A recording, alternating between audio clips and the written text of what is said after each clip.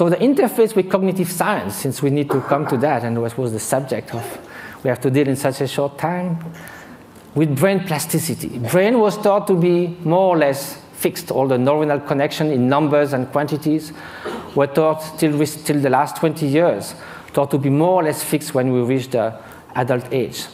Now recently it has been found that it can change a lot.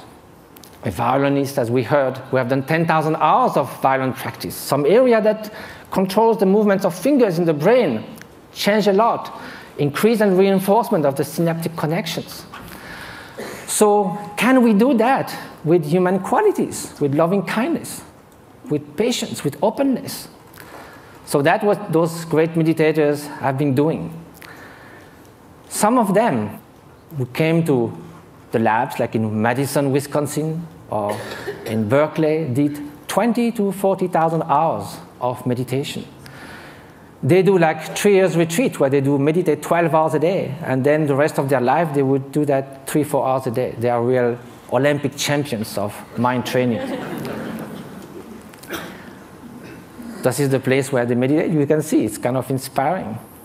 Now, here with 256 electrodes.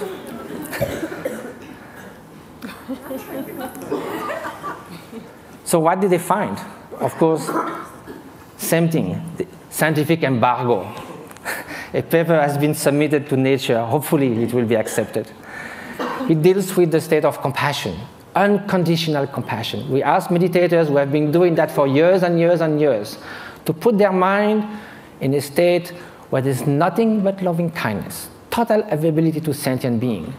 Of course, during the training, we do that with objects. We think of people suffering, we think of people we love. But at some point, it can be a state which is all-pervading. Here's the preliminary result, which I can show because it's already been shown. The bell curve shows 150 controls. And what is being looked at is the difference between the right and the left frontal lobe. In very short, people who have more activity on the right side of the prefrontal cortex are more depressed, withdrawn, they don't describe a lot of positive affect. It's the opposite on the left side, more tendency to altruism, to happiness, to express, and curiosity, and so forth. So there's a basic line for people, and also it can be changed. If you see a comic movie, you go more to the left side. If you are happy about something, you'll go more to the left side. If you have a bout of depression, you'll go to the right side. Here, the minus 0.5 is a 4 standard deviation of a meditator who meditates on compassion. It's something that is totally out of the bell curve. So I have no time to go into all the different scientific results. Hopefully they will come. But they found that this is after 3.5 hours in a fMRI. It's like coming out of a space ship.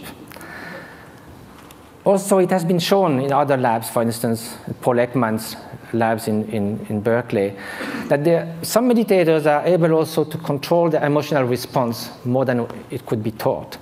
Like the startle experiments, for instance. If you sit a guy on a chair with all this kind of apparatus measuring your physiology, and there's kind of a bomb that goes off.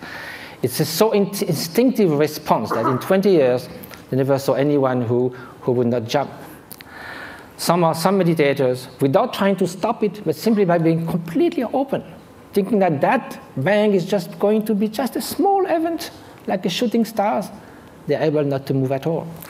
So the whole point of that is not sort of to make like a circus thing of showing exceptional beings who can jump or whatever.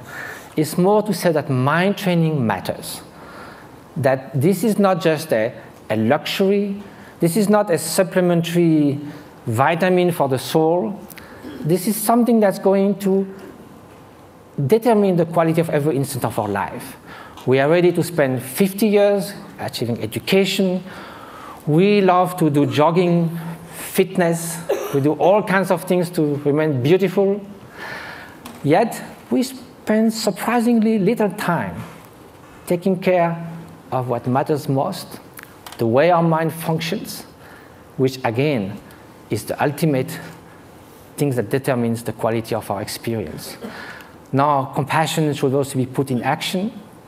That's what we try to do in different places. Just this one example is worth a lot of work. This lady with bone TV left alone in a tent was going to die with her only daughter. 1 year later, how she is. Different schools and clinics we've been doing in Tibet. And just I leave you with the beauty of those looks that tells more about happiness that I could ever say. And jumping monks of Tibet. Flying monks.